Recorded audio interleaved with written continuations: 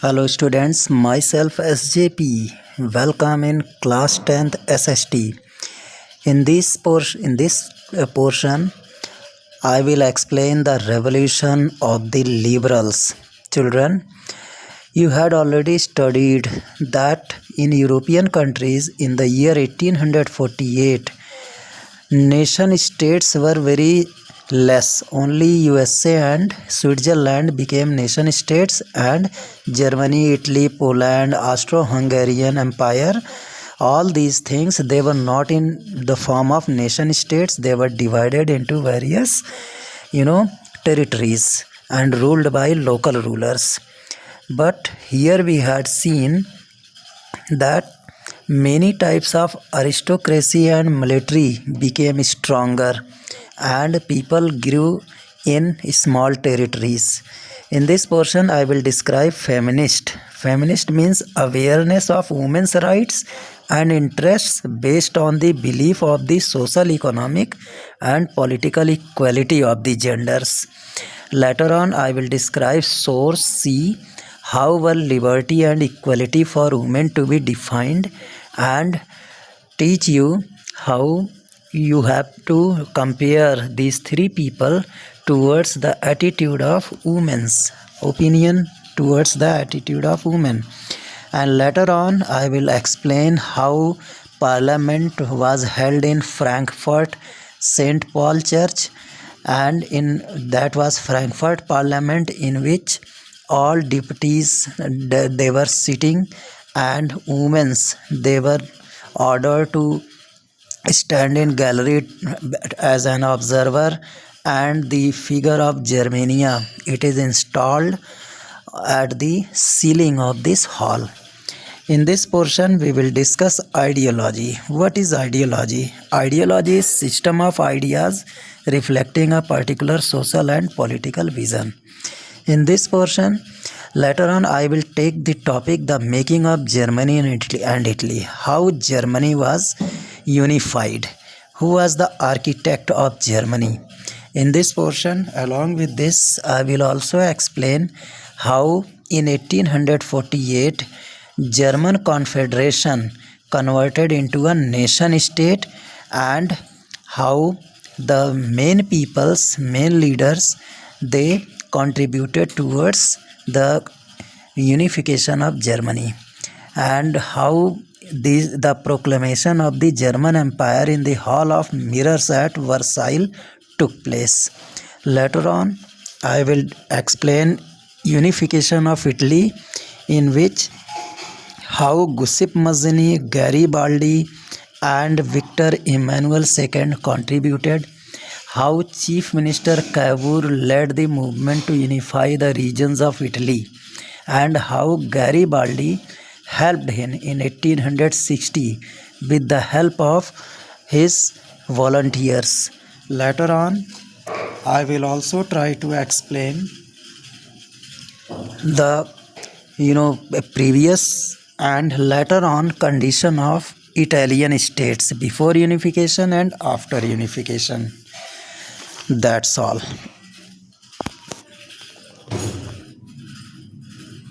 Hello students, myself SJP. Welcome in history class. In this section, my topic is the revolution of the liberals. Means how liberals did their revolution. This is going to be described in this article. Children, parallel to the revolts of the poor, unemployed and starving peasants and workers in many European countries in the year 1848, a revolution led by the educated middle classes was underway. Means जितने भी revolts हुए poors के लिए, उसी के parallel में unemployed and starving peasants, जो बेरोज़गार किसान थे और जो भूखमरी के कगार पर पहुंच चुके थे, एंड जो वर्कर्स थे यूरोपियन कंट्रीज़ में 1814 में, a revolution led by educated middle classes. तो इनमें से एक रेवोल्यूशन हुआ जिसे एजुकेटेड मिडिल क्लास के लोगों ने इसको लीड किया, और इसको इन्होंने अंजाम दिया। So events of February 1848 in France में 1848 में जो इवेंट्स हुए, जो घटनाएं घटी, had brought about the abdication of the monarch, उसमें मोनार्ची रूल हमेशा के लिए जब्त हो गया, मोनार्ची रूल ख़त्म हो गया, and a republic based on universal male suffrage had been proclaimed, और इस तरह से गणतंत्रता के आधार पर जहाँ एक कॉन्स्टिट्यूशन बना, एक यूनिवर्सल मेल सफरेज मतलब जितने भी मेल्स थे उनको राइट टू वोट मिला और लोगों को इसका लाभ मिला। ये चीज़ें हासिल हुई इस रिवोल्ट में। In other parts of Europe where independent nation states did not yet exist, Europe के जो अन्य हिस्से थे जहाँ पे अभी भी इंडिपेंडेंट नेशंस नहीं बन पाए थे, जैसे Germany, Italy, Poland and the Austro Hungarian empire, इन जगहों पे जो है अभी भी ये नेशन स्टेट्स नहीं बन पाए थे। तो यहाँ man and women of the liberal middle classes combined there demands for constitutionalism with national unification, तो यहाँ के मैन एंड वुमेन जितने भी लिबरल मिडिल क्लास के लोग थे उन्होंने एक साथ मिल कर के कॉन्स्टिट्यूशन का डिमांड किया। उन्होंने कहा कि यहाँ भी एक कॉन्स्टिट्यूशनलिज्म होना चाहिए, कॉन्स्टिट्यूशन का यहाँ पे भी रूल होना चाहिए, कॉन्स्टिट्यूशंस के प्रिंसिपल्स के आधार पे यहाँ काम होना चाहिए और पूरे नेशन का एक यूनिफिकेशन हो, क्योंकि जर्मनी जो है कई स्टेट्स में बटा हुआ था, इटली भी कई छोटे छोटे स्टेट्स में बटा था, पोलैंड भी कई छोटे छोटे स्टेट्स में बटा था, जिससे वहाँ पे ओवरऑल डेवलपमेंट पॉसिबल नहीं था। So they took advantage of growing popular unrest to push their demands for the creation of a nation state on parliamentary principles. तो इस तरह से उनको इस बात का लाभ मिला और इन्होंने इसी बात का लाभ लिया, और जो वहाँ की ग्रोइंग पॉपुलर अनरेस्ट मतलब जितने लोग थे वो पूरी तरह से असंतुष्ट थे, उनके अंदर जो असंतोष था, जो उनके अंदर बेचैनी थी, it push their demands for the creation of a nation state on parliamentary principles, इसने उन्हें एक नेशन स्टेट बनाने की डिमांड की तरफ इन्हें ढकेला, और बाद में ये जो है एक पार्लियामेंट्री प्रिंसिपल्स के आधार पे इन्होंने नेशन स्टेट बनाने का डिमांड रखा, यानी यह constitution freedom of the press and freedom of association, जिसमें एक कॉन्स्टिट्यूशन हो, एक संविधान हो जिसमें प्रेस को जो है फ्रीडम मिले, यानी प्रेस रिपोर्टर्स फ्री हो, कुछ भी लिख सकें, एंड वहाँ एसोसिएशन बनाने की आज़ादी होनी चाहिए। इस तरह का नेशन स्टेट की उन्होंने डिमांड की। So in the German regions में number of political associations whose members were middle class professionals, businessmen and prosperous artisans came together in the city of Frankfurt and decided to vote for all German National Assembly। तो German क्षेत्र में जो कि अ large number of political associations था ये, और यहाँ पे उनके मेंबर्स ने क्या किया, जो कि मिडिल क्लास से बिलोंग करते थे, वो प्रोफेशनल्स थे, बिजनेसमैन थे और प्रॉस्परस आर्टिसन थे, ये लोग एक साथ मिल कर के सिटी में एक फ्रैंकफर्ट सिटी है जर्मनी में, वहाँ एकत्रित हुए and decided to vote for all German national assembly, और उन सब लोगों ने वोट करने का निर्णय लिया ताकि एक ऑल जर्मन नेशनल असेंबली बन सके, उसकी उनको ये चीज़ें उन्होंने तय किया। सो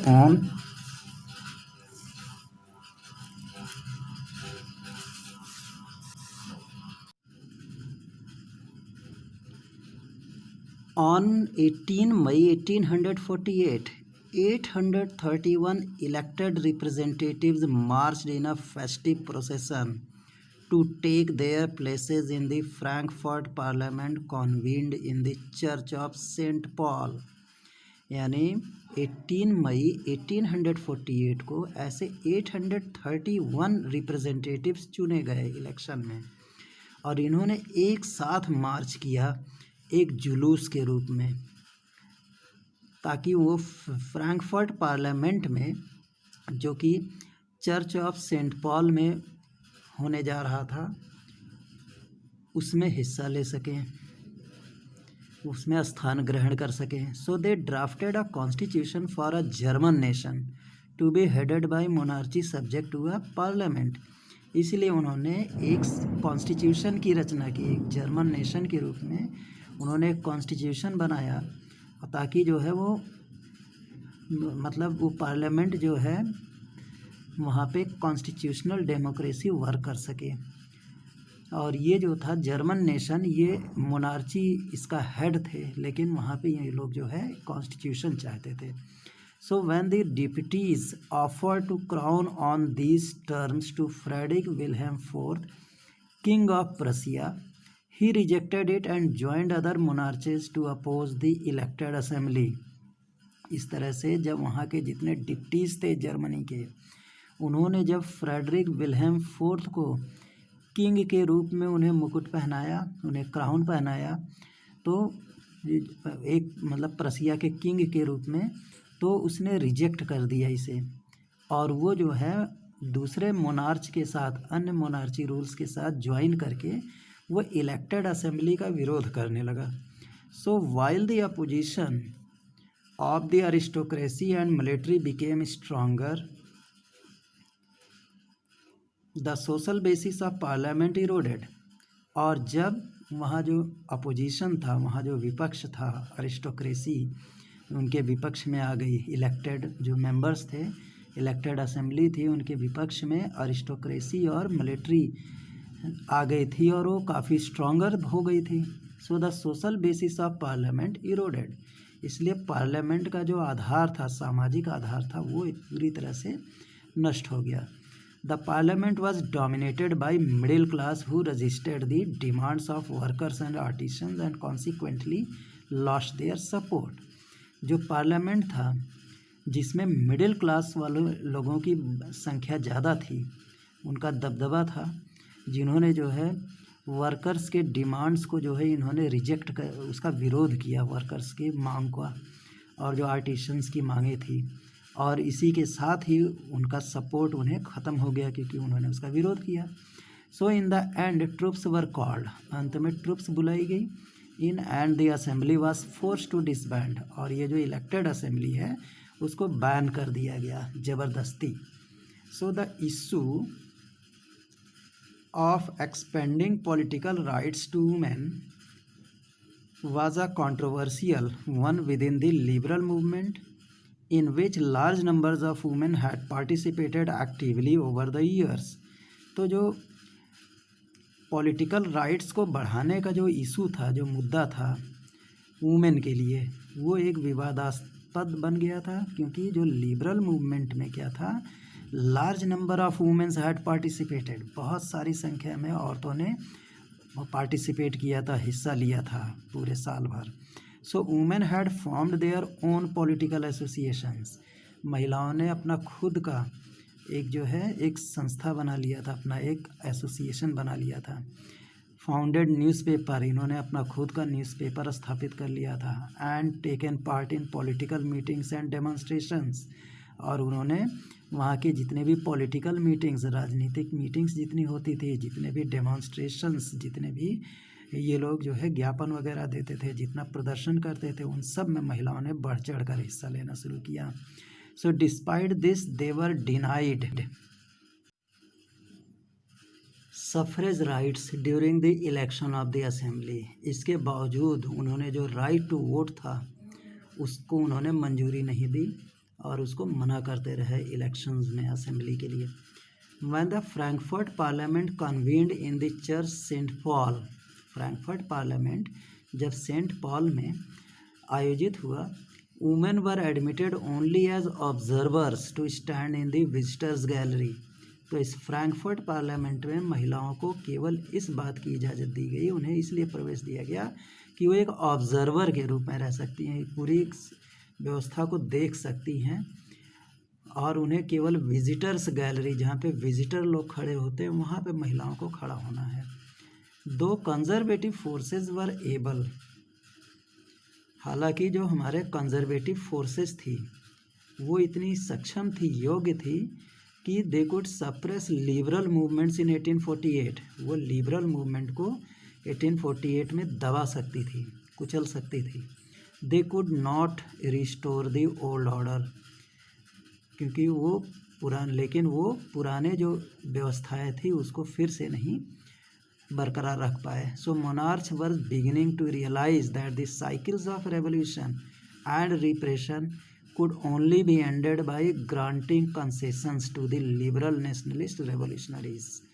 तो मोनार्ची रूलर्स जितने भी थे शुरू में उन्हें इस बात का एहसास होने लगा, महसूस करने लगे कि ये एक के बाद एक जो रिवॉल्यूशन का ये जो चक्र चल पड़ा है, साइकिल चल पड़ी है, और जो इनका जो है हम इन पे दबाव बनाते हैं ये जो है, और ये तभी जो है इसको समाप्त किया जा सकता है by granting concessions to liberal nationalist revolutionaries.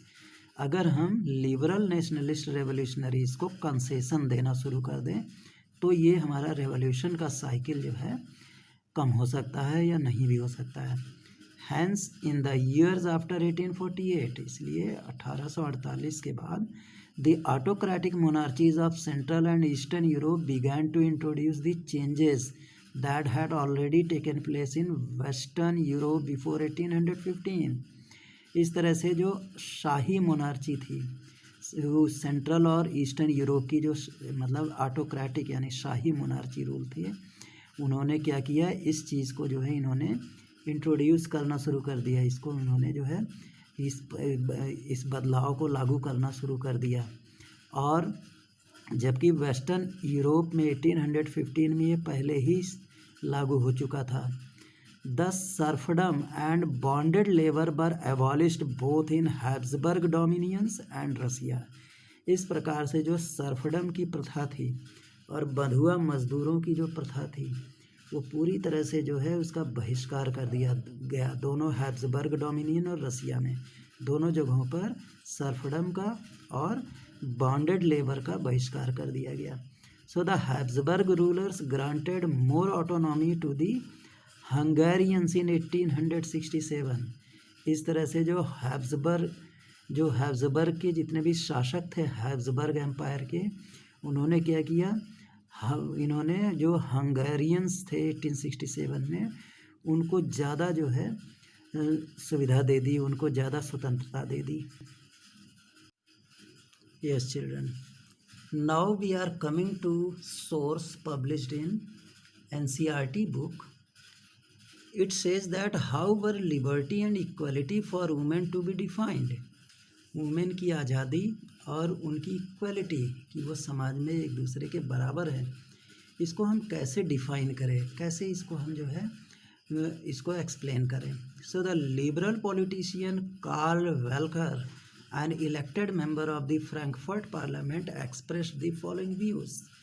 तो एक पॉलिटिशियन थे, लिबरल ग्रुप के एक पॉलिटिशियन थे जिनका नाम था कार्ल वीकर. उन्होंने जो कि एक इलेक्टेड मेंबर थे, फ्रैंकफर्ट पार्लियामेंट में इलेक्ट होकर आए थे. उन्होंने अपने विचार इस तरह से प्रस्तुत किया. उन्होंने कहा कि nature has created man and women to carry out different functions. प्रकृति ने मैन और वुमेन बनाए हैं, मेल एंड फीमेल बनाए हैं ताकि वो अलग अलग कार्य कर सकें. सो मैन द स्ट्रॉन्गर, जो आदमी है वो मजबूत होता है. The boulder and freer of the two, और वो साहसी होता है और स्वतंत्र होता है दोनों में. It has been designated as protector of the family, और मेल को जो है परिवार का जो है प्रोटेक्टर, परिवार की सुरक्षा करने वाला माना जाता है. It's provider meant for public task in domain of law, और लॉ के क्षेत्र में जो है उसे हम पब्लिक टास्क के लिए, बाहरी कामों के लिए जो है मानते हैं, प्रोडक्शन के लिए, डिफेंस के लिए. Women the weaker dependent and timid requires the protection of man.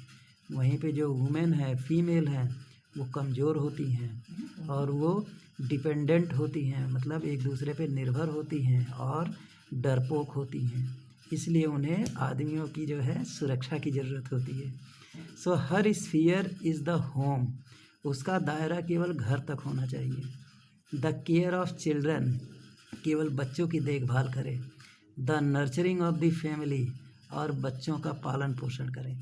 So we require any further proof that given such differences equality between the sexes could only endanger harmony and destroy the dignity of the family. तो क्या इसके लिए हमें सबूत की ज़रूरत है? ये जो भेदभाव किया जाता है और इनमें अगर हम दोनों मेल एंड फीमेल में इक्वालिटी जो होती है वो हमारे समाज में क्या करेगी? भाईचारे को नष्ट कर देगी, लोगों की डिग्निटी को ख़त्म कर देगी। अब लुइस ऑटो पीटर्स 1995 में ही was a political activist who founded a women's journal and subsequently a feminist political association. Louise Otto Peters जो थे वो एक पॉलिटिकल एक्टिविस्ट थे, राजनीतिज्ञ थे। इन्होंने क्या किया? एक वुमेन्स जर्नल फाउंड किया, वुमेन के लिए एक पत्रिका इन्होंने निकाली, and subsequently a feminist political association, और ठीक उसके बाद उन्होंने एक फेमिनिस्ट पॉलिटिकल एसोसिएशन बनाया, राजनीतिक एक संघ बनाया, और उसमें जो है इन्होंने फेमिनिस्ट आइडिया को डिस्कस किया। This term of feminist can is a very new word. It means awareness of women's rights and interest based on the belief of the social, economic and political equality of the genders. Means awareness of women's rights, womens को अपने अधिकारों की जानकारी होनी चाहिए, उसके प्रति जागरूक रहना चाहिए, और उनकी इंटरेस्ट जो है वो और उनका जो बिलीफ है वो social, economic and political equality of genders पर होना चाहिए। This is called feminist. So the first issue of newspaper 21 April 1849 carried the following editorial. तो इन्होंने जो पेपर निकाला था, जर्नल निकाला था, उसके एडिटोरियल पेज में ये बातें लिखी गई थी। इसमें दिया है, let us ask how many man possessed by thoughts of living and dying for the sake of liberty would be prepared to fight for the freedom of the entire people of all human beings। चलिए हम पूछते हैं कितने man ने, कितने इंसान, कितने female ने जो है उनके अंदर ऐसी विचारधारा है कि वो जो है अब आज़ादी के लिए लड़ सकते हैं, मर सकते हैं, और they would be prepare to fight for the freedom, और वो आज़ादी के लिए लड़ने के लिए तैयार है, आज़ादी की लड़ाई के लिए तैयार है पूरे लोगों के लिए, ऑफ ऑल ह्यूमन बींग्स, सभी इंसानों के लिए। So when asked this question, जब ये क्वेश्चन पूछा गया तो they would all too easily respond with a yes. तो सारे मैन लोगों ने यस में जवाब दिया, उनका आंसर यस था। दो there untiring efforts are intended for the benefit of only one half of humanity, men। लेकिन उनका जो सारा प्रयास था वो किसके प्रति था? केवल मैन के लिए था, कि मैन ही जो है उसी को जो है पूरे ह्यूमैनिटी का जो है बेनिफिट मिलना चाहिए, हाफ ऑफ ह्यूमैनिटी का। बट लिबर्टी इज़ इनडिविजिबल, लेकिन हम आज़ादी को बांट नहीं सकते, स्वतंत्रता को बांट नहीं सकते। Free man therefore must not tolerate to be surrounded by the unfree. अगर जो व्यक्ति फ्री है, मेल अगर फ्री हैं, तो उसे जो है जो फीमेल जो कि फ्री नहीं है उन्हें कभी सहन नहीं कर पाएंगी।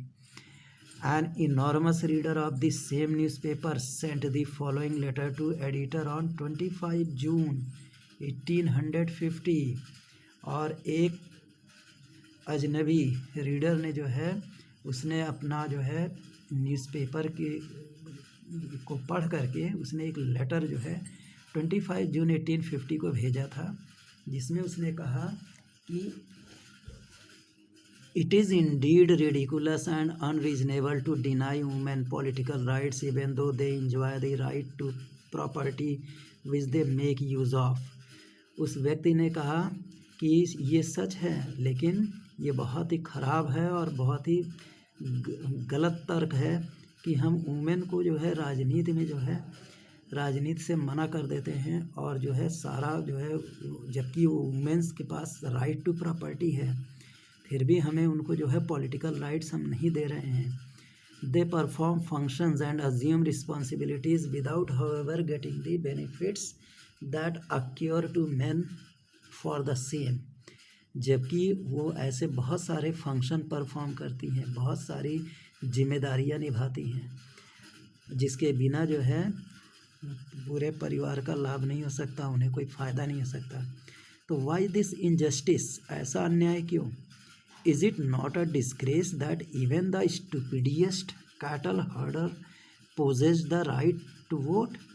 क्या ये जो है क्या कहते हैं, ये तो बहुत ही डिस्ग्रेस की बात है, ये तो बहुत इंसल्ट की बात है कि जो है जो एक महामूर्ख कैटल हर्डरर, भले ही वो मैन है लेकिन उसको राइट टू वोट मिला हुआ है simply because he is a man, केवल वो मैन है इसलिए। Whereas highly talented women owning considerable property are excluded from this right, जबकि वहीं पे प्रतिभाशाली महिलाएं जिनको बहुत नॉलेज है फिर भी उनको वोट देने का राइट नहीं है, even though they contribute so much to the maintenance of the state, यहाँ तक कि वो स्टेट को मेंटेन करने के लिए अपना पूरा योगदान देती हैं, फिर भी उनको जो है वोट देने का राइट नहीं है। So we can compare this event and we can have, if we compare the positions on the question of women's rights voiced by the three writers cited in the text, three writers, they have told their views. So if we compare the position of women in life, then it reveal about liberal ideology.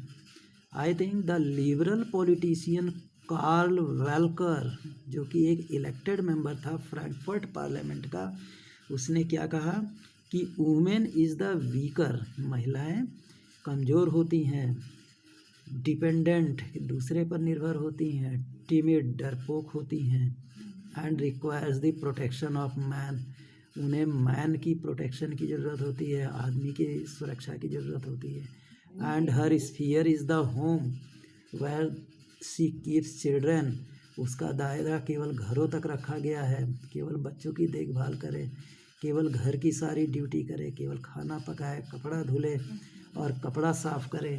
लेकिन हमें दूसरी चीज़ इन्होंने ये बताया कि equality between sexes of women and man would only endanger harmony, लेकिन जो women और मैन में जो इक्वालिटी है, इन्होंने ये कहा कि इससे जो हमारे जगहों पे भाईचारा है उसको ये नष्ट कर देगा और परिवार की डिग्निटी को ख़त्म कर देगा।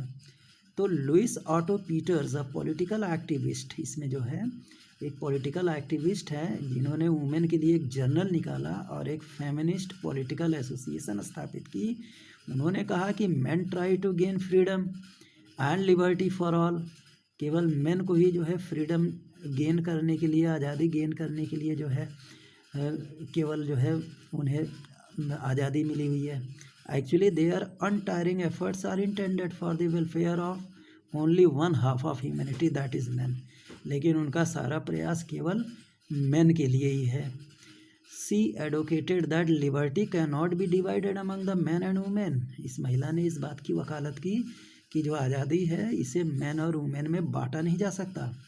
वहीं पे एक दूसरा राइटर जो था उसने कहा कि it is unjust to discriminate against women, महिलाओं के साथ भेदभाव करना बिल्कुल अन्याय है जेंडर के आधार पे, मेल फीमेल के आधार पे। So the women should not be deprived of the right to vote, महिलाओं को वोट देने के राइट से हम वंचित नहीं कर सकते, भले ही वो while an illiterate man has been given the right to vote. इन्होंने कहा कि एक इलिटरेट आदमी, एक जो है अनपढ़ आदमी को वोट देने का राइट इसलिए मिला क्योंकि वो मैन है, तो ये गलत है। So the above in this way we can say that Louise Otto Peters and anonymous writer advocate for women rights, इन दोनों ने जो है महिलाओं के अधिकार की वकालत की, उनकी आज़ादी की, उनकी बराबरी की। और वहीं पे जो पहले राइटर कार्ल वेल्कर थे, ये जो है वुमेन के पक्ष में बिल्कुल नहीं थे, जो कि गलत है। Hello students, welcome to class 10th SST history, the very first chapter, the rise of nationalism in Europe. My topic is the making of Germany and Italy, किस तरह से जर्मनी और इटली मेकअप हुआ, कैसे ये जो है इसके अलग अलग स्टेट्स, अलग अलग कॉन्फेडरेशंस एक हो करके एक नेशन स्टेट बने। In this topic first we will discuss about Germany. So can the army be the architect of a nation?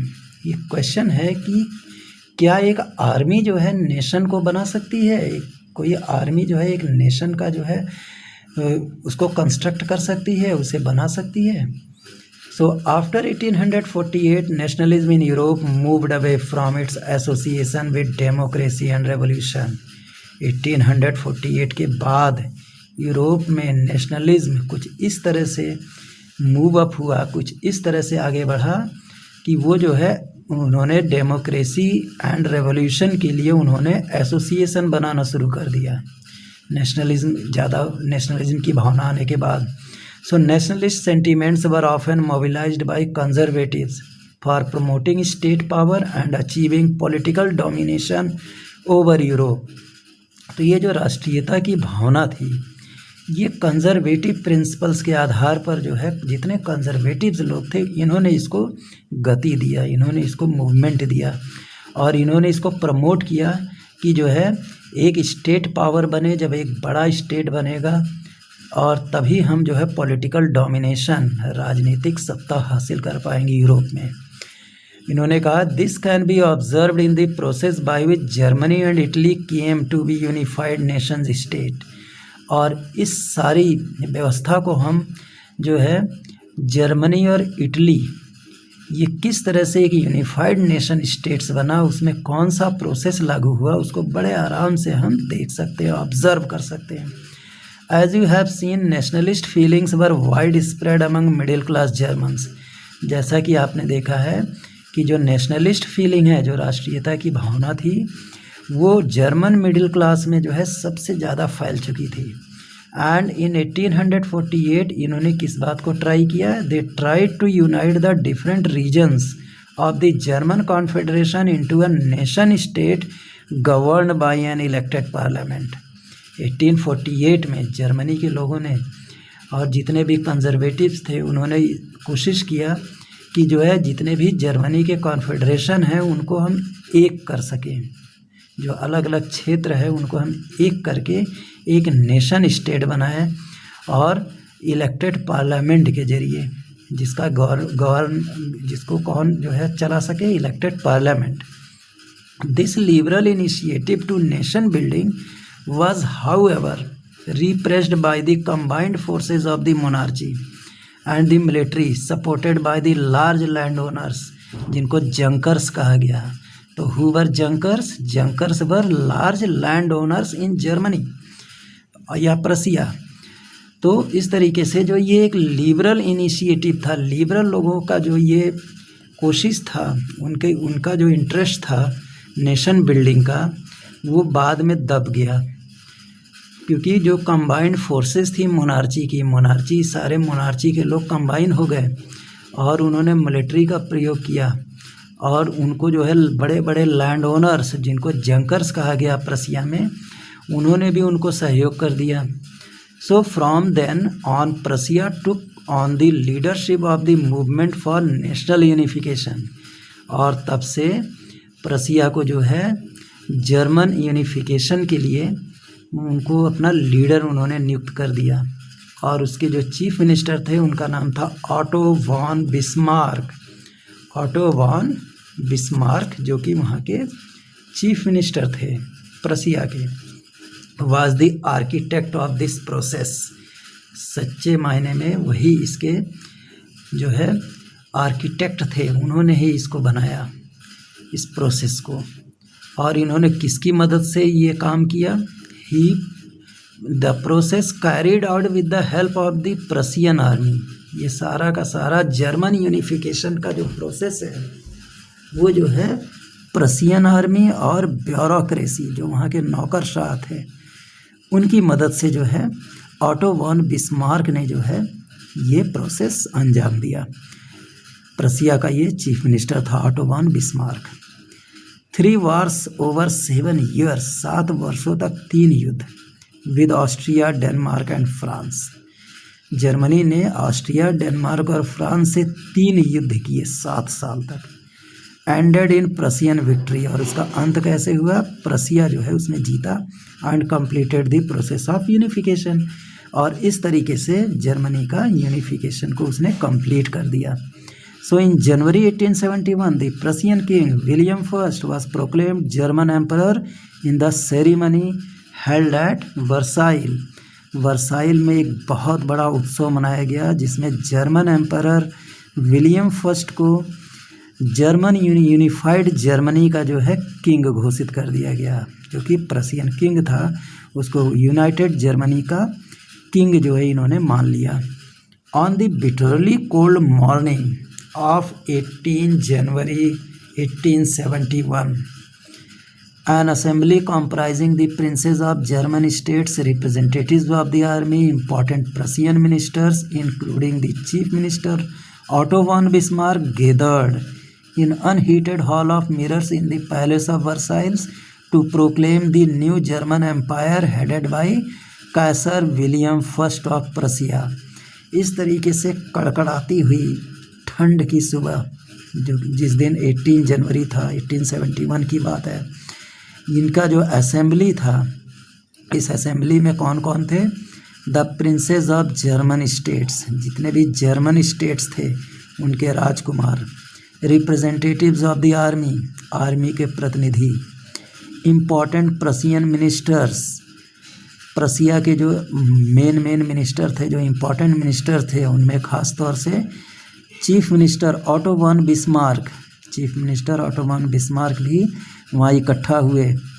In the unheated hall of mirrors in palace of Versailles, Versailles palace में जो एक hall of mirrors था, वहाँ पर जो है ये लोग ठंड में, जहाँ बिल्कुल भी हीटर की व्यवस्था नहीं थी, एकदम ठंड में ये लोग इकट्ठा हुए और इन्होंने जो है जर्मन एम्पायर का हेड काइसर विलियम फर्स्ट, प्रसिया के जो है किंग काइसर विलियम फर्स्ट को इन्होंने जर्मन एम्पायर का हेड घोषित कर लिया, एज अ किंग इन्होंने अडॉप्ट कर लिया। So the nation building process in Germany had demonstrated the dominance of Prussian state power. इस तरह से जर्मनी का जो नेशन बिल्डिंग हुआ, यानी जर्मनी एक यूनाइटेड जर्मनी बना, उसका यूनिफिकेशन के बाद इसने क्या किया? Had demonstrated the dominance of Prussian state power. उन्होंने जो है प्रसियन स्टेट पावर का प्रदर्शन किया कि हमारे ऊपर वर्चस्व प्रसियन पावर का ही रहेगा। So the new state place a strong emphasis on modernising the currency, banking, legal and judicial system in Germany.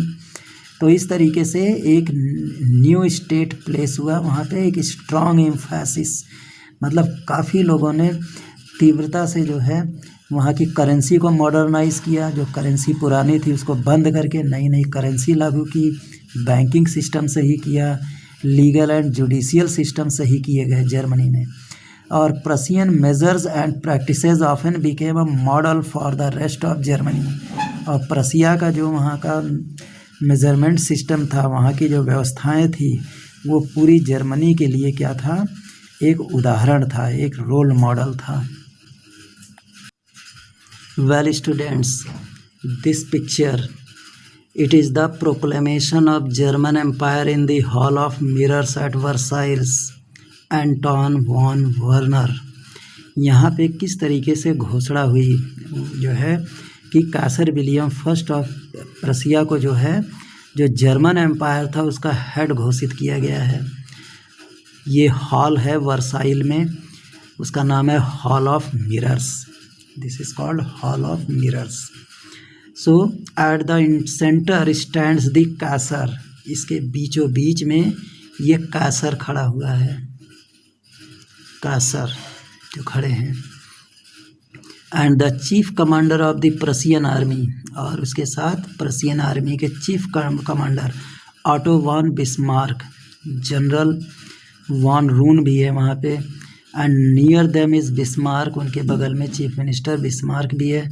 ये जो मॉन्यूमेंटल वर्क है ये जो मॉन्यूमेंटल वर्क है ये 2.7 मीटर बाई 2.7 मीटर में जो है इसको प्रेजेंट किया गया था ये पेंटिंग।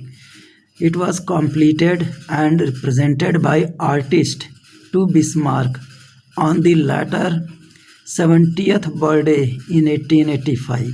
और ये पेंटिंग 2.7 मीटर बाई 2.7 मीटर की कंप्लीट पेंटिंग एक आर्टिस्ट ने बिस्मार्क को उनके 70वें जन्मदिन पर 1885 में प्रेजेंट किया था। So it is very historical painting that we should compare it, we should keep in mind. Well students, after unification of Germany 1866-71, between 5 years its unification took place, and this is the map of whole Germany. Here with magenta color Prussia before 1866, ये जो आपका बैगनी colour है इस समय जो है प्रसिया जो है 1866 से पहले की पोजीशन थी प्रसिया की, इस तरह से था प्रसिया। और फिर जो येलो कलर्स हैं, ये जो येलो कलर्स दिख रहे हैं conquered by Prussia in Austro Prussia war 1866। ये जितना भी ये पीला पीला वाला क्षेत्र है, हार्नोवर है, ये है हॉलस्टीन, ये सब जो एरिया है इसको जो है यहाँ पे इसको ऑस्ट्रियन टेरिटरीज थी जिसको उन्होंने कॉन्कर किया, जीता। उसके बाद ये जो आपका लाइट ब्लैक कलर में है ये कुछ पोर्शंस, ये सब तो ये क्या है कि they were Austrian territories excluded from German confederation 1867। ये ऑस्ट्रियन टेरिटरीज थे जो कि जर्मन कॉन्फेडरेशन से अलग थे, से बाहर थे। उसके बाद ये जो ग्रीन कलर है, लाइट ग्रीन कलर्स, ये सब स्टेट्स हैं, ये सब जगह हैं, ये सब है। तो ये सारी चीज़ें क्या हैं, they were joined with Prussia to form German confederation. ये सब प्रसिया में जुड़ करके जर्मन कॉन्फेडरेशन बने थे। और फिर ये जो है लाइट रेड कलर है, ब्रिक रेड कलर, इसमें बैडन, बवेरिया, वुर्टनबर्ग, ये सब जो एरिया है ये सब साउथ जर्मन स्टेट्स थे that joining with Prussia to form German empire. ये सारे प्रसिया में जुड़ करके इन्होंने एक जर्मन एम्पायर बनाया पूरा। और ये लास्ट में जो है एक बहुत ही लाइट मैजेंटा कलर है, ये जो है won by Prussia in Franco Prussian war 1871। इसको प्रसिया ने जो है जीता था फ्रैंको प्रसियन वार में। Well students, in this topic how unification of Italy took place, Italy unified, how it was unified, what was the condition and who were responsible for its unification. So we will go on word by word. Like Germany, Italy too had a long history of political fragmentation.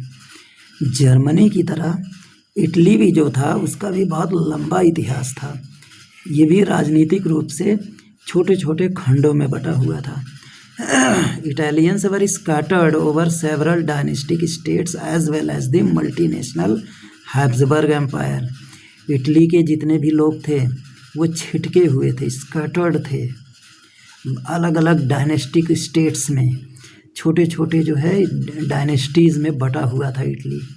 और यहाँ पे multinational Habsburg empire था, अलग अलग तरीके वाला जो है हैब्सबर्ग एम्पायर का रूल था यहाँ पे। During the middle of the 19th century Italy was divided into 7 states.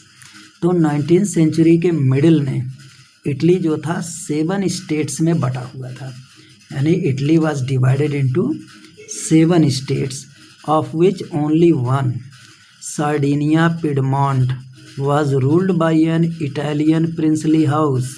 उनमें से केवल एकमात्र सार्डिनिया पिडमॉन्ट जिसपे इटालियन प्रिंसली हाउस का रूल था, इटालियन प्रिंसली हाउस का शासन था। The north was under Austrian Habsburg, और इसका नॉर्थ का जो हिस्सा था इटली का ये ऑस्ट्रियन हैब्सबर्ग के जो है अंडर में था। And the centre was ruled by the pope, और इटली का जो सेंट्रल पोर्शन था वहाँ पे पोप का शासन था। And southern regions were under the domination of the Bourbon kings of Spain, और इटली का जो सदर्न रीजन था, दक्षिणी क्षेत्र था, वो किसके अंडर में था? बाउरबन किंग, स्पेन के जो बाउरबन किंग्स थे उनके अंडर में था। So even the Italian language had not acquired one common form, जबकि इटालियन जो भाषा थी वो कॉमन रूप से जो है फैली नहीं थी, हर जगह नहीं थी। And still had many regional and local variations, और अभी भी वहाँ पे बहुत क्षेत्रीय आधार पे और स्थानीय जो है विविधताएँ थी भाषाओं में। So during 1830s गुसिप मज़नी had sought to put together a coherent programs for unitary Italian Republic। 1830 में गुसिप मज़नी उसने जो है एक लोगों के साथ मिल करके एक जो है प्रोग्राम तैयार किया, एक प्लानिंग तैयार की, ताकि जो है इटालियन रिपब्लिक बनाया जा सके यूनाइटेड करके। He had also formed a secret society, उसने सीक्रेट सोसाइटी फॉर्म किया था। उनमें एक का नाम था young Italy for the dissemination of his goals. उसकी जो सीक्रेट सोसाइटी यंग इटली थी वो ताकि उसके लक्ष्य जो है वो पूरी तरह से एक रूप ले सकें और जो है वो पूरी तरह से साकार हो सके, उसके लिए उसने यंग इटली बनाई थी गुसिप मज़नी ने। The failure of revolutionary uprising both in 1831 and 1848 meant that the mantle now fell on Sardinia Piedmont under its ruler King Victor Emmanuel II to unify Italian states through war। तो ये जो revolutionary uprising हुए, जो क्रांतिकारी संघर्ष हुए, वो जब फेल हो गए 1831 में और 1848 में, तो इसका मतलब क्या आया कि जो सार्डिनिया पिडमॉन्ट के ऊपर सारी जिम्मेदारी चली गई कि जो है इसका यूनिफिकेशन जो है वहाँ के king ruler Victor Emmanuel second ही जो है इटली को यूनिफाई कर सकते हैं युद्ध के जरिए। So in the eyes of the ruling elites of this region a unified Italy offered them the possibility of economic development and political dominance. और इस प्रकार से वहाँ पे जो संपन्न परिवार के लोग जो रूलिंग में थे इस क्षेत्र में, उन्होंने क्या किया? Unified Italy offered them the possibility of economic development. तो जितने भी रूलिंग इलाइट्स थे, जब इटली यूनाइटेड हो गया तो उन्हें अपना आर्थिक विकास करने की संभावनाएं नज़र आने लगी, उनको एक संभावना मिली एंड पॉलिटिकल डोमिनेंस, और वहाँ पे एक राजनीतिक स्थिरता स्थापित हो गई। Well, we are going to discuss one more activity, that is figure 14A and figure 14B। ये जो 14A फिगर है इसमें पूछ रहा है कि do you think that the people living in any of this regions thought of themselves as Italians. तो इसमें ये पूछ रहा है कि जो लोग रह रहे हैं इसके किसी भी क्षेत्र में, क्या वो अपने आप को इटालियन समझते थे। ये है फिगर हमारा 14A। In this figure Italian states before unification, जब इटली का यूनिफिकेशन नहीं हुआ था तब ये हमारे इटली के स्टेट्स हैं।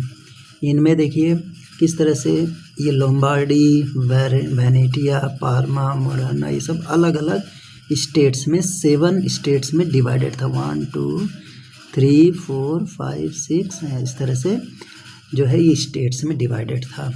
तो ये एक्टिविटी कह रहा है कि do you think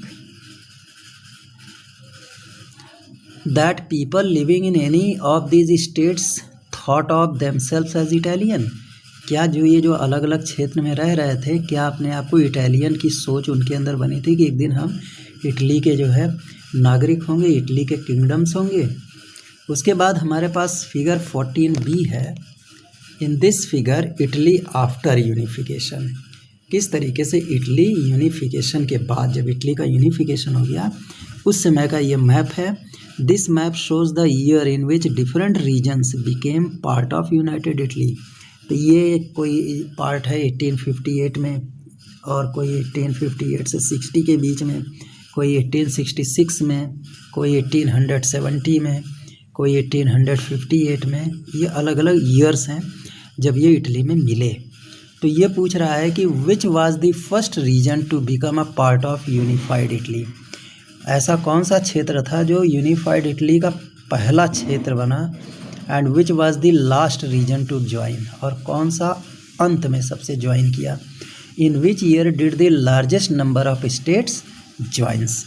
so in this activity we can say in 1858, ये है 1858.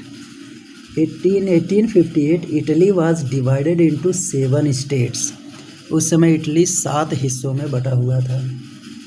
With the north being under the Austrian Habsburg, उसका इटली का जो नॉर्थ पोर्शन था वो आपका ऑस्ट्रियन हैब्सबर्ग एम्पायर के कब्जे में था.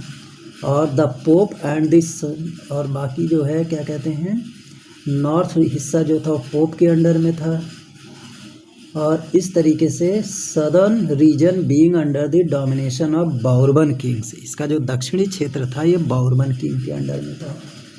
तो इस तरीके से, हाँ, और बाउरबन किंग कहाँ के थे, स्पेन के थे. तो only one state Sardinia Piedmont, केवल इसमें एक स्टेट जिसका नाम है सार्डिनिया पिडमॉन्ट, तो यही एकमात्र स्टेट ऐसा था which was ruled by Prussian Italian princely house, जिसे इटालियन प्रिंसली हाउस ने रूल किया था. So the Italian language also had not acquired one common form and had many regional and local variation. पूरी Italy में अलग अलग भाषाएँ थी, लोकल लैंग्वेजेस थे, और पूरी तरह से इटालियन लैंग्वेज नहीं बोली जाती थी. So people living in these regions except Sardinia Piedmont, Sardinia Piedmont को छोड़ करके जितने भी लोग यहाँ रहते थे would not have thought of themselves as Italians, उन्होंने कभी नहीं सोचा था कि वो इटालियन बनेंगे एक दिन. The first region to become a part of united Italy was Lombardy. सबसे पहला हिस्सा ये है लॉम्बार्डी. लॉम्बार्डी ये जो है ये इटली का सबसे पहला स्टेट बना जो यूनाइटेड हुआ इटली से, इटालियन किंगडम में 1858 में, 59 में. So the last region to join was the papal state in 1870, और 1870 में सबसे आखिरी में पप्पल स्टेट, ये पप्पल स्टेट है, दिस इज़ पप्पल स्टेट, ये 1870 में सबसे लास्ट में इसने ज्वाइन किया. And the largest number of states joined in 1860. 1860 में जो सबसे लार्जेस्ट स्टेट था किंगडम ऑफ बोथ सिसिलीज, जहाँ पे स्पेन का रूल था, ये सबसे जो है लार्जेस्ट स्टेट था जिसने इटली को ज्वाइन किया. Yes, students, we are going to describe this activity. He is telling describe the caricature. How does it represent the relationship between Bismarck and the elected deputies of parliament? One by one आप जो है हमें जो है Bismarck और जो elected डिप्यूटीज़ of parliament थे उनके उनकी रिलेशनशिप कैसे थे, उनके बीच में संबंध क्या थे, और किस तरीके से जो है what interpretation of democratic processes is the artist trying to convey. ये जो आर्टिस्ट है इसमें क्या कहना चाहता है. ये जो कैरिकेचर है ऑटो वॉन बिस्मार्क का, उनकी जो ये पेंटिंग है, ये जर्मन रिक्सटैग जो है जर्मनी के पार्लियामेंट का नाम है रिक्सटैग, जो कि फिगारो वियना 5 मार्च 1870 को वहाँ पे स्थापित किया गया था.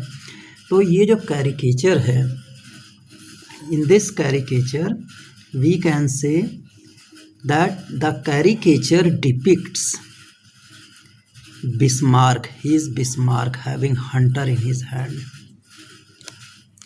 Bismarck, चांसलर ऑफ जर्मनी, ये जर्मनी का क्या था, चांसलर था बिस्मार्क. और इसने अपने हाथ में एक व्हिप मतलब एक कोड़ा हंटर ले रखा है, और ये मतलब किस तरीके से उसने आयरन हैंड, और उसने किस तरीके से जो है अच्छे तरीके से जो है वहाँ पे रूल किया. वाइल लीडिंग द पार्लियामेंट, जब ये पार्लियामेंट की तरफ जाता था तो इस तरह हंटर लिए रहता. So the deputies who were elected are afraid of him and so are hiding under their tables. इसलिए जो डिप्टीज़ है, ये सब डिप्टीज़ हैं वहाँ जो इलेक्ट हुए थे जर्मनी में, वो इससे डर के छुप जाते थे. So the caricature depicts the dominance of Bismarck over the deputies and how he despised liberalism and parliamentary principles. तो ये जो पेंटिंग है ये डिस्क्राइब कर रहा है कि किस तरीके से हाउ ये बिस्मार्क का यहाँ पे कैसे दादागिरी थी डिप्टीज़ के ऊपर, और किस तरीके से वो जो है लिबरलिज्म और पार्लियामेंट्री असेंबलीज़ को उसने किस तरह से डिस्पाइज किया था, किस तरह से उसको कंट्रोल में रखा था. So the artist is trying to convey the democratic system in funny way. जो आर्टिस्ट है इस डेमोक्रेटिक सिस्टम को बहुत ही मजाकिया तरीके से फनी वे में जो है उसको डिस्कस कर रहा है अपने पेंटिंग के जरिए. और इसमें क्या है, democracy exist only for name सेक. उन्होंने दिखाया है कि यहाँ केवल नाम मात्र के लिए डेमोक्रेसी है. In reality it is one man's. सच्चाई क्या है कि यहाँ एक व्यक्ति का शासन है, यानी Bismarck. Autocracy that exist in parliament. Bismarck ने पार्लियामेंट में भी जो है अपनी राजशाही की व्यवस्था बना रखी थी. Well, students, Chief Minister Cavour, who led the movement to unify the regions of Italy, was neither a revolutionary nor a Democrat. जो चीफ मिनिस्टर कैवूर थे उन्होंने जो मूवमेंट चालू किया इटली के सारे रीजन्स को एकत्र करने के लिए, उनको यूनिफाई करने के लिए, उनको एक करने के लिए, वो ना तो कोई क्रांतिकारी थे और ना ही कोई डेमोक्रेट थे, ना ही किसी डेमोक्रेटिक मूवमेंट के हिस्से थे.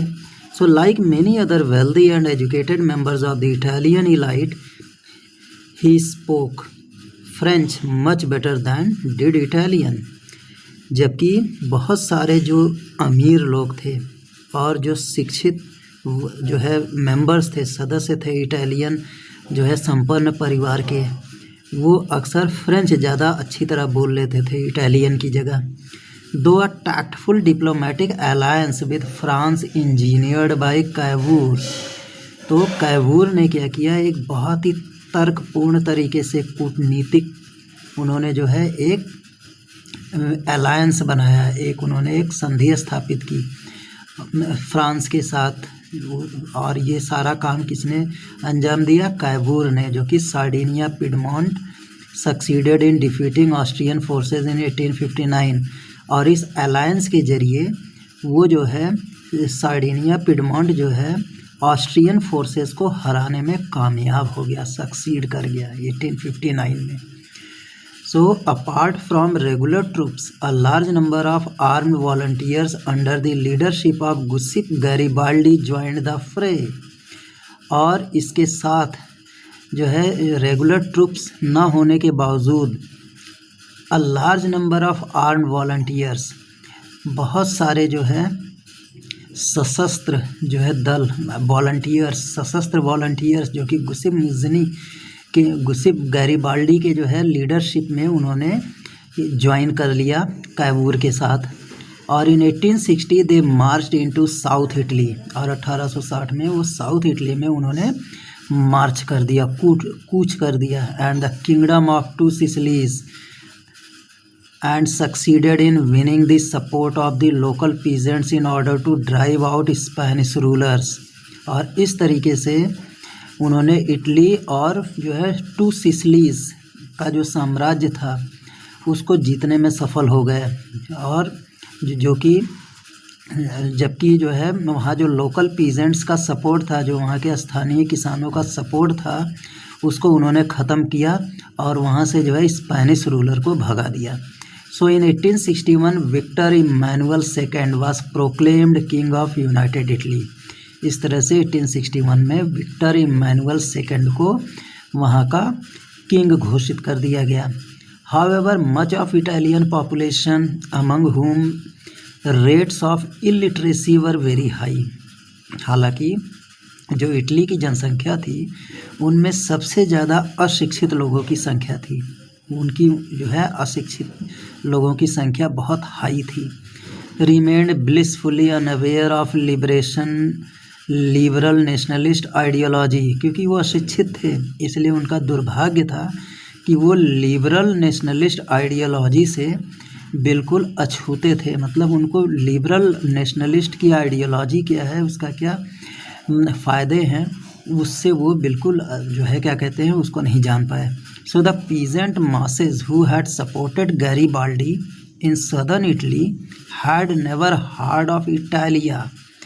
जो किसान जिन्होंने जो है गैरीबाल्डी को सहयोग नहीं दिया, सपोर्ट नहीं किया, नहीं जिन्होंने गैरीबाल्डी को सपोर्ट किया सदर्न इटली में, उन्होंने कभी ये नहीं सुना था कि इटालिया क्या होता है, and believe that la Italia, और वो इस बात पे विश्वास करते थे। ला इटालिया मतलब विक्टर इमैनुअल्स वाइफ, वो इटालिया की जगह वो सोच रहे थे ला इटालिया, जो कि विक्टर इमैनुअल्स की वाइफ थी। तो इस तरीके से इटली का यूनिफिकेशन हुआ। Well students, our second topic is the strange case of Britain. किस अजीबोगरीब तरीके से ब्रिटेन का यूनिफिकेशन हुआ, this thing we are going to study in this topic.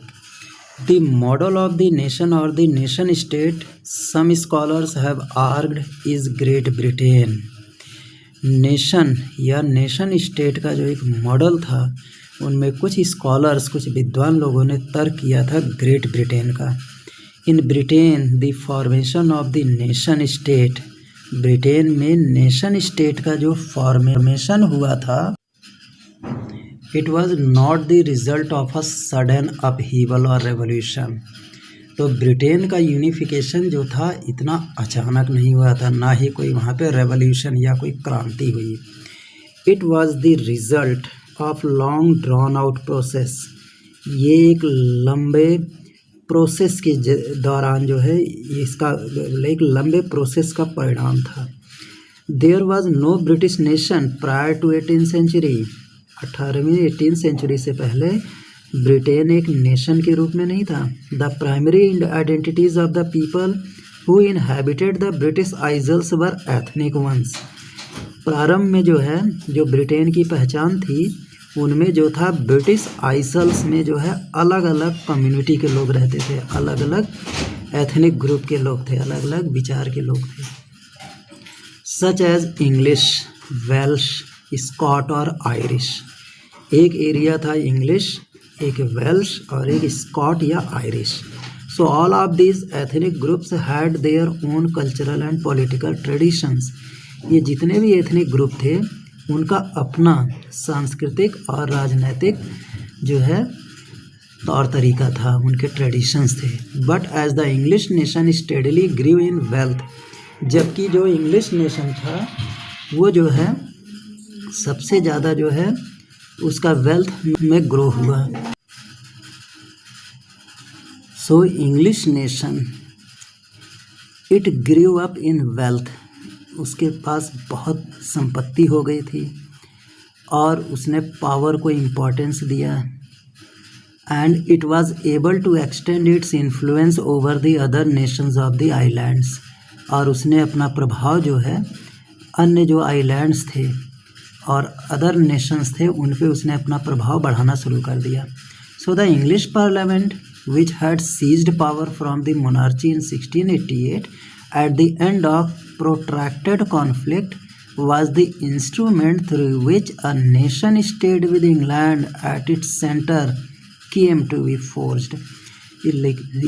जैसा कि जो इंग्लिश पार्लियामेंट थी, इंग्लिश जो एरिया था ब्रिटेन का, उसने सारी पावर जो है मोनार्ची से छीन ली थी 1688 में। At the end of protracted conflict, जब वहाँ पे एक बहुत बड़ा विवाद का अंत हुआ था। And it was the instrument through which a nation state with England at its centre came to be forced. और इस तरीके से ये क्या हुआ कि एक नेशन स्टेट बन करके जो है सामने आया, और जो कि ये इंग्लैंड के सेंटर में इसने जो है बाकी स्टेट्स को जैसे फोर्स्ड कर दिया, ये ज़बरदस्ती मिला दिया। The act of union between England and Scotland that resulted in the formation of the United Kingdom of Britain meant in effect that England was able to impose its influence on Scotland। तो England और Scotland के बीच में एक act of union लागू हुआ 1707 में। उसका result क्या हुआ? United Kingdom of great Britain बन गया। इस एक्ट ऑफ यूनियन की वजह से इंग्लैंड और स्कॉटलैंड दोनों में एक जो है यूनियन इस्टेब्लिश हो गया, और परिणाम ये हुआ कि पूरा ब्रिटेन जो अलग अलग ड्यूक्स में बटा हुआ था वो यूनाइटेड किंगडम ऑफ ब्रिटेन में कन्वर्ट हो गया। Means that England was able to impose its influence on Scotland. इस प्रकार से जो इंग्लैंड एरिया था वो स्कॉटलैंड पे उसने अपना प्रभाव ज़बरदस्ती लागू कर दिया। So the British parliament was henceforth dominated by English members. इस तरह से जो ब्रिटिश पार्लियामेंट थी वो पूरी तरीके से इंग्लिश मेंबर्स पर हावी हो गई थी। The growth of British identity meant that Scotland's distinctive culture and political institutions were systematically suppressed. और इस तरीके से ब्रिटिश आइडेंटिटी, ब्रिटिश लोगों की जब पहचान बढ़ गई, इसका मतलब क्या हुआ कि जो स्कॉटलैंड का जो कल्चर था और वहाँ के जो पॉलिटिकल इंस्टीट्यूशंस थे उसको एक सिस्टम के तहत दबा दिया गया। The Catholic clans that inhabited the Scottish highlands suffered terrible repression whenever they attempt to assert their independence. इस तरह से स्कॉटलैंड में रहने वाले जो कैथोलिक वर्ग के लोग थे, वहाँ के जो निवासी थे स्कॉटिश हाईलैंड्स में, जो स्कॉटिश हाईलैंड्स के जो लोग थे स्कॉटलैंड में, उन्हें सबसे ज़्यादा दबाव, बहुत भयानक दबाव सहन करना पड़ा। और वो उस समय जब वो अपनी आज़ादी के लिए प्रयास कर रहे थे, लेकिन उन्हें दबाव से जो है उन्हें दबा दिया गया और बहुत बुरी तरीके से उन्हें कुचल दिया गया। So the Scottish Highlanders were forbidden to speak their Gaelic language. और स्कॉटिश हाईलैंडर्स को मना कर दिया गया कि वो अपना गायलिक लैंग्वेज नहीं बोलेंगे वहाँ, और वियर देयर नेशनल ड्रेस, और ना ही स्कॉटलैंड के लोग जो है अपना नेशनल ड्रेस पहनेंगे। And large numbers were forcibly driven out of their homeland. और बहुत सारे लोग जो स्कॉटलैंड के लिए इंडिपेंडेंस की लड़ाई लड़ रहे थे उनको ज़बरदस्ती उनके घरों से निकाल के भगा दिया गया। तो यहाँ पे हम देख रहे हैं कि आयरलैंड सफर्ड सिमिलर फेट। उसी तरीके से उसका एक और स्टेट जो था वो था आयरलैंड, उसका भी वही भाग्य हुआ, उसका भी भाग्य उसी तरह हुआ ज़बरदस्ती। It was a country deeply divided between Catholics and Protestants. Ireland जो था उसमें कैथोलिक और प्रोटेस्टेंट्स में पूरा कंट्री जो है डिवाइडेड था, बटा हुआ था। तो the English helped the Protestants of Ireland to establish their dominance over largely Catholic country. इस प्रकार से जो इंग्लिश पार्लियामेंट के लोग थे उन्होंने आयरलैंड को जो है अपनी सत्ता स्थापित करने के लिए सपोर्ट करना शुरू किया, उनको हेल्प देना शुरू कर दिया, ताकि ये जो लार्जली कैथोलिक कंट्री है उसको पूरी तरह से उस पर इनका एक छत्र जो है दादागिरी, एक छत्र उनका जो है मतलब एक छत्र उनका जो है बहुत मतलब जो है उनकी विचार जो है उनके सबसे ऊंचे माने गए। So Catholic revolts against British dominance were suppressed. और ब्रिटिश डोमिनेंस के खिलाफ, ब्रिटिश जो है राज्य के खिलाफ जो कैथोलिक रिवोल्ट्स हुए, जो कैथोलिक लोगों ने आंदोलन किए या विद्रोह किए, उसको कुचल दिया गया, दबा दिया गया।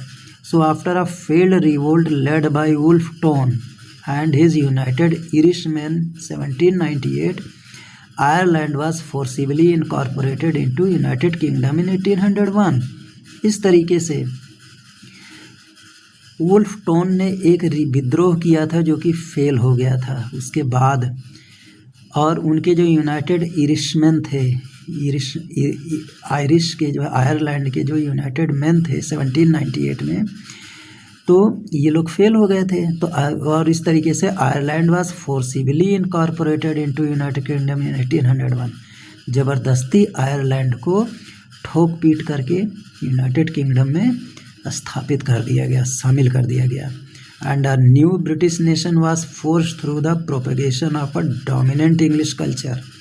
और इस तरीके से नया ब्रिटिश नेशन सब जो है सबको मिला करके बना, ज़बरदस्ती मिला के, और वहाँ पे इंग्लिश कल्चर की डोमिनेंसी हो गई। इंग्लिश कल्चर जो है पूरी तरह से वहाँ पे सत्ता में आ गया, पूरी तरह से हावी हो गया।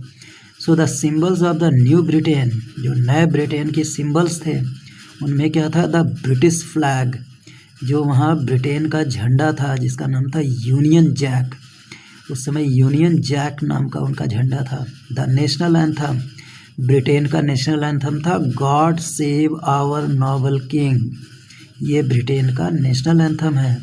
एंड द इंग्लिश लैंग्वेज, उनकी भाषा इंग्लिश हो गई।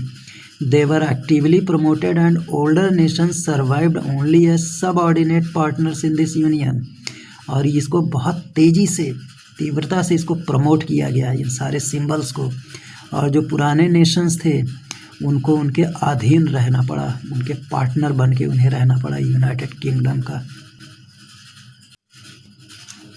Well students, in this box to Giuseppe Garibaldi is perhaps the most celebrated of Italian freedom fighters। तो इटली के फ्रीडम फाइटर्स में गुइसेप गैरिबाल्डी को सबसे ज़्यादा लोगों ने सेलिब्रेट किया, सबसे ज़्यादा उनको लोगों ने लाइक करके उन्हें जो है उत्सव में शामिल किया। And he came from family engaged in postal trade and was a sailor in the merchant navy. Giuseppe Garibaldi merchant navy में एक सेलर की पोस्ट पर काम करते थे, और एक बहुत ही ऐसी परिवार से थे जो कि पोस्टल ट्रेड में ज़्यादा उन्होंने अपना योगदान दिया था। इस तरह के परिवार में गुइसेप गैरिबाल्डी के हिस्से थे। इन 1833 ही मेट मज़नी, 1833 में मज़नी से मिले। Joined Young Italy movement join किया and participated in republican uprising in Piedmont in 1834।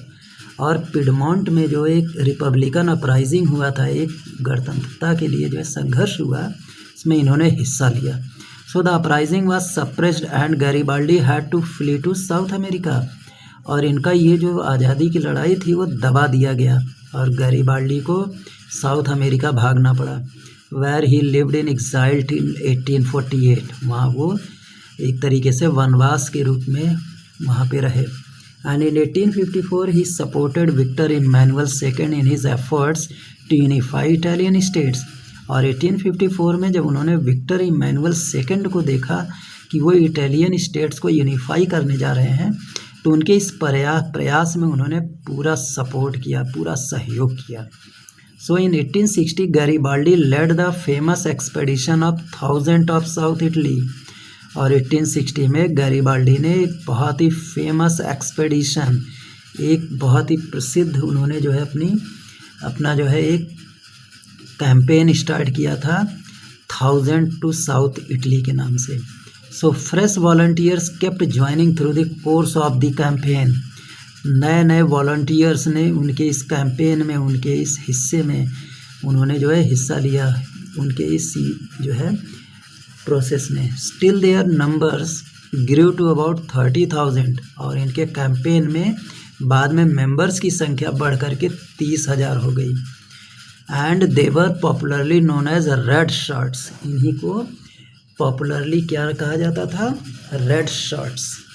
तो who were red shirts, very important question. So red shirts were the members of Garibaldi's campaign, that's why they were given a name of red shirts। In 1867 Garibaldi led an army of volunteers to Rome to fight the last obstacle to the unification of Italy। और 1867 में Garibaldi ने क्या किया, एक army का नेतृत्व किया जिसमें रोम के वॉलंटियर्स थे, और उन्होंने उनका जो सबसे अंतिम बाधा जो थी उसको उन्होंने ख़त्म करके इटली के यूनिफिकेशन में अपना योगदान दिया। So the papal states where a French garrison was stationed. और इटली का जो सबसे अंत में जुड़ने वाला सबसे बड़ा पपल स्टेट्स था, जहाँ पे फ्रेंच गैरिसन जो है फ्रांस की जो है आर्मी वहाँ पे रुकी हुई थी। The red shirts proved to be no match for the combined French and papal troops. ये जो रेड शर्ट्स ने उन्होंने ये सिद्ध कर दिया कि वहाँ जो भी पपल ट्रूप्स थे और फ्रेंच के जो ट्रूप्स थे वो इनके टक्कर में जो है कहीं नहीं ठहर रहे थे। It was only in 1870 when during the war with Prussia France withdrew its troops from Rome. और 1870 में इस युद्ध के दौरान जो है प्रसिया के साथ फ्रांस ने भी अपने ट्रूप्स वहाँ से वापस ले लिए रोम से। And that the papal states were finally joined to Italy. और इस तरीके से पप्पल स्टेट इटली का हिस्सा बन गया, उससे ज्वाइन हो गया।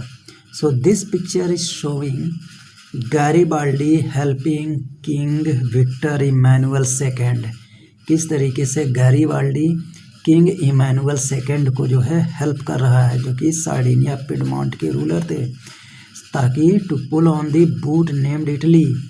और उनके क्या कहते हैं, उनको इटली नामक बूट पहना रहे हैं। उनको एक बूट, इटली को उन्होंने एक बूट के समान जो है उनको उनके पैरों में पहनाया, जिस पे लिखा ITALY इटली। इटली के मतलब ऐसा बूट उनको पहनाया जिस पे इटली लिखा था। एंड यही इंग्लिश कैरिकेचर ऑफ 1859 था, जो कि एक पेंटिंग थी। So the artist has portrayed Garibaldi as holding on the base of the boot. यहाँ पे जो आर्टिस्ट है उसने दिखाया है कि किस तरीके से जो है गैरिबाल्डी जो है उन्होंने जो है क्या कहते हैं एक बूट पकड़ रखा है, so that the king of Sardinia Piedmont can inter it from the top. ताकि इटली में जो सार्डिनिया पिडमॉन्ट के किंग विक्टर इमैनुअल सेकेंड है ऊपर से इसमें एंट्री करें। जैसे उनका पैर इसके अंदर जा रहा है तो उस तरीके से वो इटली में एंट्री करें। और इस तरीके से जो है हम देख सकते हैं कि what statement is this caricature making. ये कैरिकेचर किस तरह का स्टेटमेंट हमारे सामने दे रहा है। So we can say that from this caricature the statement revealed is that the best of the boot. जो यहाँ पे मतलब बूट का जो बेस है, ये जो बूट है उसका जो बेस है ये क्या है, it symbolises the kingdom of two Sicilies. इसके नीचे का जो बेस है वो टू सिसिलीज किंगडम को बता रहा है, विच ले in this southern most part of the Italian peninsula. और ये जो टू सिसिलीज है ये इटली के साउदर्न मोस्ट एरिया में लगता है। And Garibaldi had won this kingdom and handed it over to King Victor Emmanuel second. Garibaldi ने इस किंगडम को जीता और इसे इमैनुअल सेकेंड को इस बूट के रूप में जो है हैंड ओवर कर रहा है, उनको दे रहा है। So this cartoon signifies the unification of Italy and Garibaldi's role in it. ये जो आपका पेंटिंग है इस चीज़ को सिग्निफाई करता है कि गैरिबाल्डी ने किस तरीके से जो है अपना योगदान दिया और इटली को यूनिफाई कराने में अपना इम्पॉर्टेंट रोल प्ले किया।